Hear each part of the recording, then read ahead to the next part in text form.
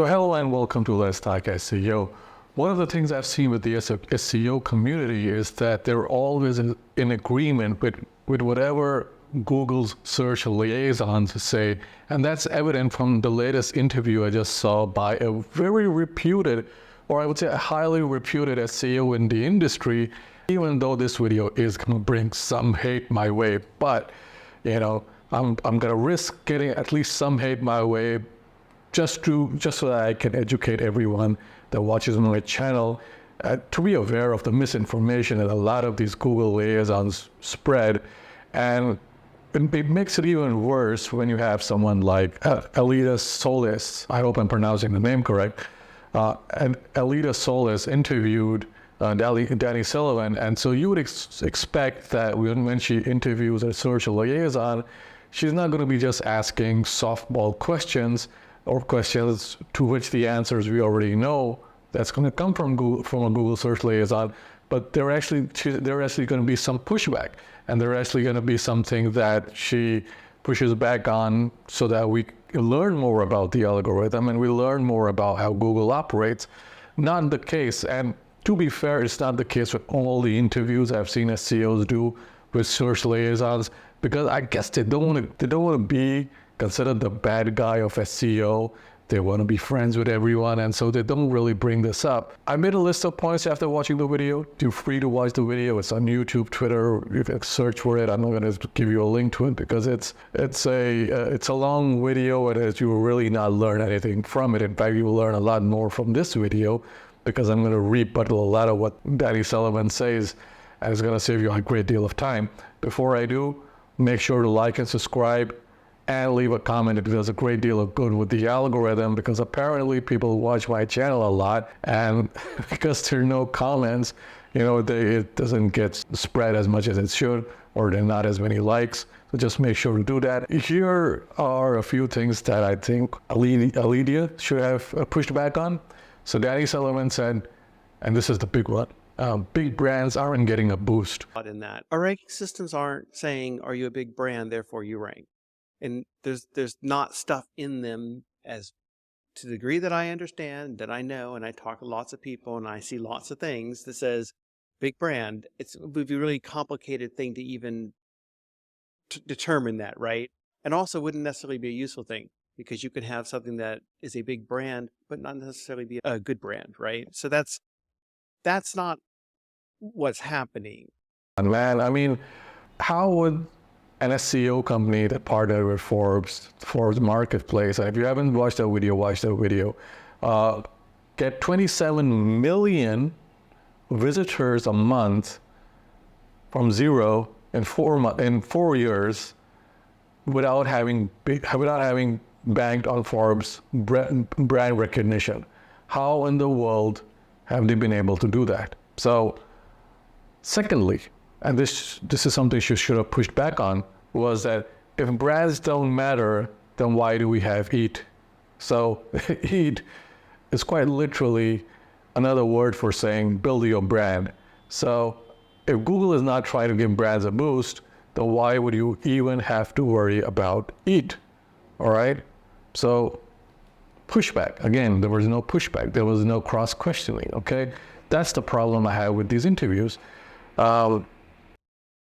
But there's definitely this sense, and I understand it, and I'm not going to take away from it, that these large sites or these well-established sites, in some cases people feel like, oh, they just can rank for anything. Or I have a small site, which will be a small brand, by the way. Your small site is a brand. You are a brand. What Danny said that in a nutshell was Google doesn't only want big brands to rank well, and Google is doing things for smaller sites. But we're not seeing that, right? We're not seeing any of that. We see whenever you search for a product, you see Amazon, right? It's not some mom and pop shop that's selling that product. Whenever you search for, I don't know, how to kill cockroaches, you see Reddit, and then you see Forbes, which quite literally has nothing to do with how to get rid of cockroaches, but you see it because it's a big brand. They're trustworthy in the eyes of Google, and so all of that parasite SEO that SEOs do very well, and so those pages rank very well. But then you have what he says over here is the core is about having the most useful, helpful, and relevant information. Does Reddit provide the most useful and relevant information? Not always. As a matter of fact, most of the time, it's a lot of misinformation. And anyone can go in there and they can write anything they want, and it will get indexed, it will rank, it will show on Google. So in this case, it's not really about relevance, it's about the brand that Reddit has and the size that Reddit has that Google is trusting, and not really in the content itself that's on Reddit.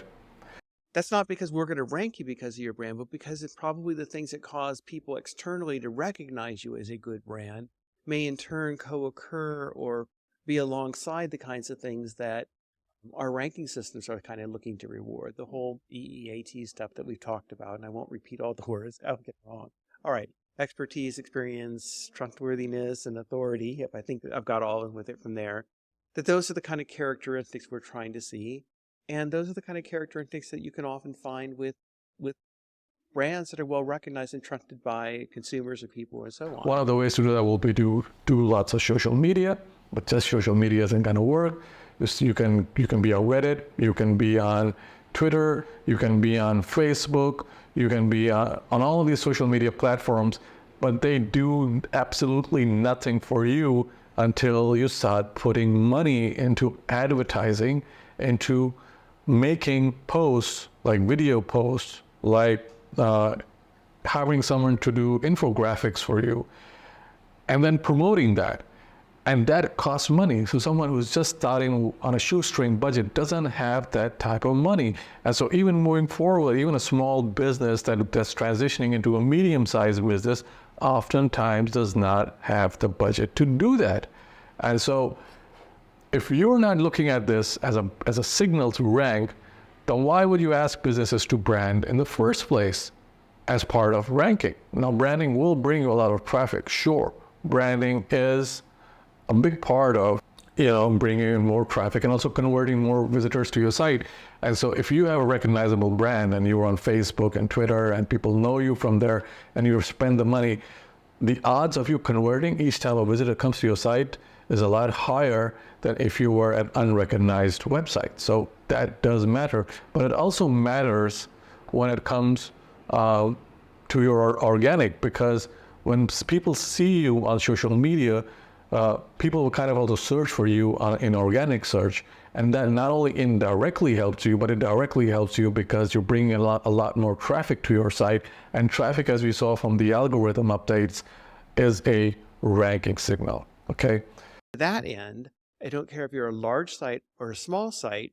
If you start doing things because you're primarily thinking that's a way for me to get a lot of search traffic, now you're starting to run up against our potentially scaled content abuse policy, which is don't do things because you just want to do a lot of stuff just to get the search traffic.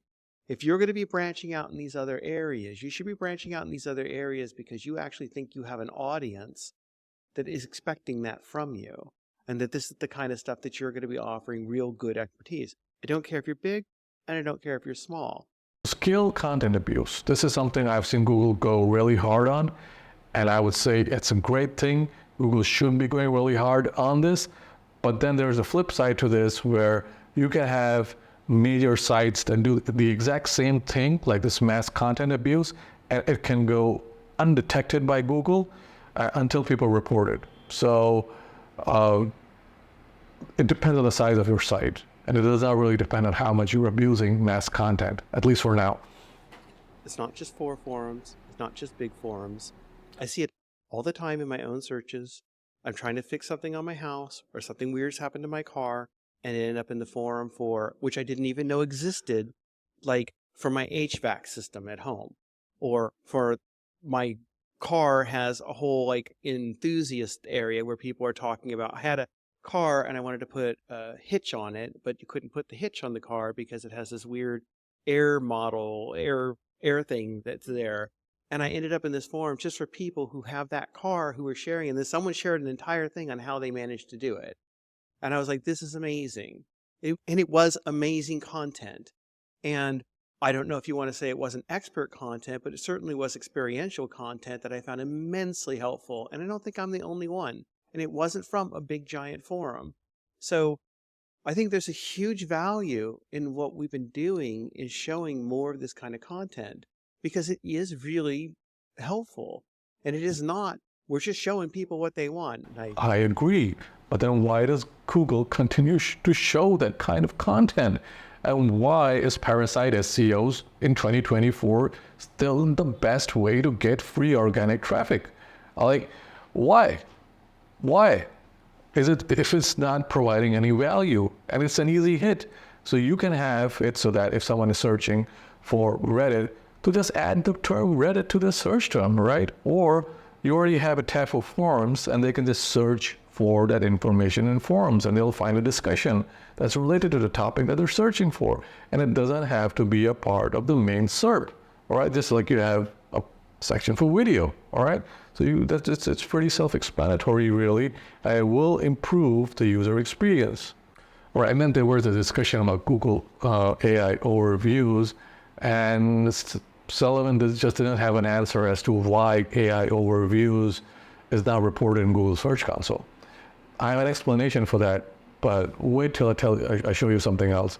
Can we get stats on things in Search Console from AI overviews? And no, and there's no plan to do that. And similarly, we don't do that for feature snippets, and that's another thing that people have wanted. And I don't really have a good answer for you other than overall, the company views these all as part of search and not something that's worth breaking out. We have a lot of features. We have knowledge panels. We don't break out the knowledge panels.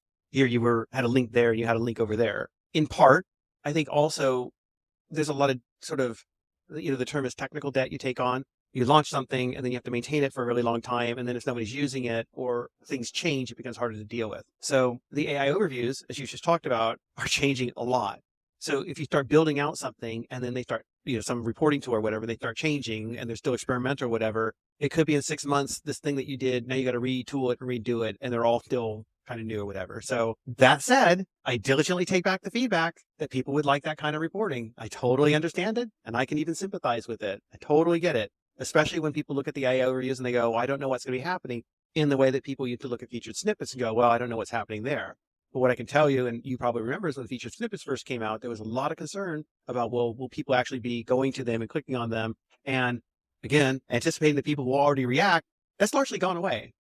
People largely do not get concerned about the fact that they're a feature snippet and they don't attract visits. They actually get concerned that they're not a feature snippet, they're not getting the traffic that the feature snippets actually drive, which is why, as SEOs know, if you search for things like feature snippets, all you get are a bunch of people telling you how to become a feature snippet. But with feature snippets, the snippet was featured from a website that has a link to it. It's just a snippet on one website that you can click on and you can read more. That is why SEOs want featured snippets. Here's why most SEOs do not want AI overviews, and I think she should have pushed back on this, is because Google is it's literally stealing content from other people's websites and linking to sites below that, and that's it. So it's literally answering a question right away and then linking to sites. Like we have 3 links and it takes up like around 45% of your screen. So there's absolutely no incentive to scroll down. And how is Google picking the most relevant answer for their AI overviews? Well, because it's not relevant. Most of the stuff that AI overviews provides is not even relevant to the question or even the search term, which is why AI overviews is not doing so well with Google in the first place. Again, why didn't she not push back on this? Okay, all right, so finally, is SEO dying? SEO is about helping, well, yeah, is SEO dying? That's the most absurd question you can ask anyone. SEO is always going to be evolving. It's always going to be changing. The definition of SEO is not what it was 20 years ago as it is today. And honestly, most people are not going to be doing SEO 10 years from now because the barrier to entry is just going to be a lot higher. And it's sad, but most businesses just cannot make enough money from SEO without hoodwinking their clients. And so moving forward, SEO is going to be a lot more about building a site that's not only visible organically, but it's also a site that over time builds trust with Google, so that when you start adding more stuff to your site and you start growing your site, the time it takes to rank is a lot shorter than it was before. And so that's going to be one of the goals of future SEO. Again, let me know what you think in the comments below. As always, like and subscribe, and I will see you in the next video. Oh, and happy ranking.